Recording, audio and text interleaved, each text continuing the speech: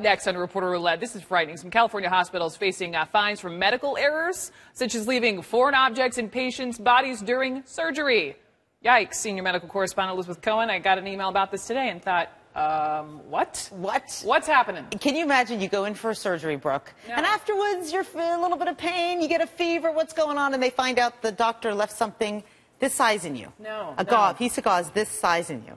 Well, this does happen. You don't always hear about it a lot, but it does happen. And so in California, the state looked at records and actually hospitals reported things that had gone wrong. And so at 14 hospitals, things had happened, and they had fines ranging from like $25,000 to $100,000. So let's take a look at some of the types of things that they were fined for. Objects left inside patients. There were 7 examples of this at these hospitals. Medication mistakes. For example, someone was supposed to get 20 milligrams of morphine and they were given the wrong dosage. Wrong surgery. Patient was operated on the left eye when they were supposed to be operated on the right eye.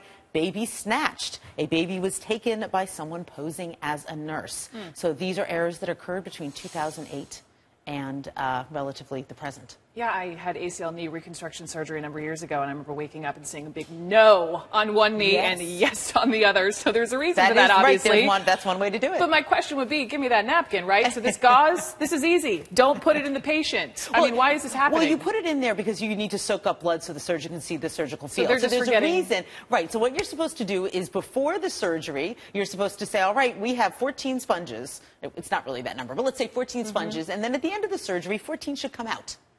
And what happens is sometimes they miscount. And so it really was 13, but they counted 14. So human error is responsible for a lot of this, but a lot of people have blamed hospitals for not doing a better job of staffing better because the same nurse who's counting those sponges also maybe has a lot of other things to do. Got it.